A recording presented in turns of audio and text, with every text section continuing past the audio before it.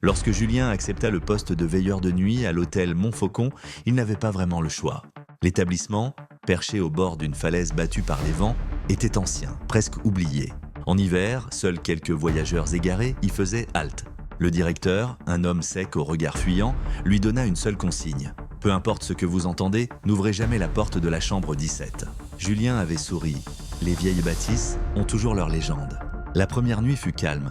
Le bois craquait, les tuyaux gémissaient, mais rien d'inhabituel. La deuxième nuit, à 2h17 exactement, la sonnette de la réception retentit. Un dingue clair, Julien sursauta. Il vérifia le registre. Aucune arrivée prévue. Il consulta les caméras de surveillance. Le couloir du 3e étage apparut à l'écran. Devant la porte de la chambre 17 se tenait une silhouette. Une femme immobile. Ses cheveux noirs cachaient son visage. Elle portait une longue robe pâle qui semblait trempée. L'eau s'écoulait sur le tapis, mais le tapis restait sec. Julien sentit un frisson lui parcourir l'échine. Il monta malgré lui au 3e étage. Le couloir était vide, silencieux. Mais devant la porte 17, il y avait une flaque d'eau. Cette fois, bien réelle, il recula. La poignée tourna lentement. De l'intérieur, un déclic. La porte s'entr'ouvrit dans un grincement humide. « Il y a quelqu'un » murmura Julien, la voix tremblante. L'odeur le frappa d'abord. Une odeur de vase et de chair en décomposition.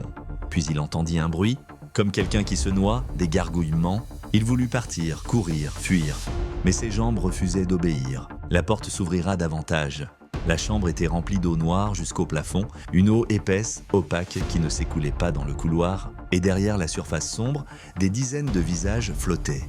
Des visages pâles, des yeux ouverts, des bouches tordues, il le regardait. Soudain, une main jaillit hors de l'eau et agrippa son poignet.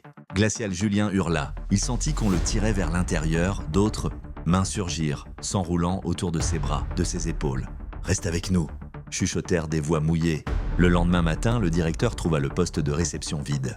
La caméra du 3e étage montrait la porte de la chambre 17 entr'ouverte. Et à 2h17 précise, chaque nuit suivante, la sonnette retentit. Un nouveau veilleur fut engagé une semaine plus tard. Le directeur lui donna une seule consigne. « Peu importe ce que vous entendez !» Dans la chambre 17, derrière la porte fermée, l'eau noire ondulait doucement. Et un nouveau visage flottait parmi les autres, celui de Julien.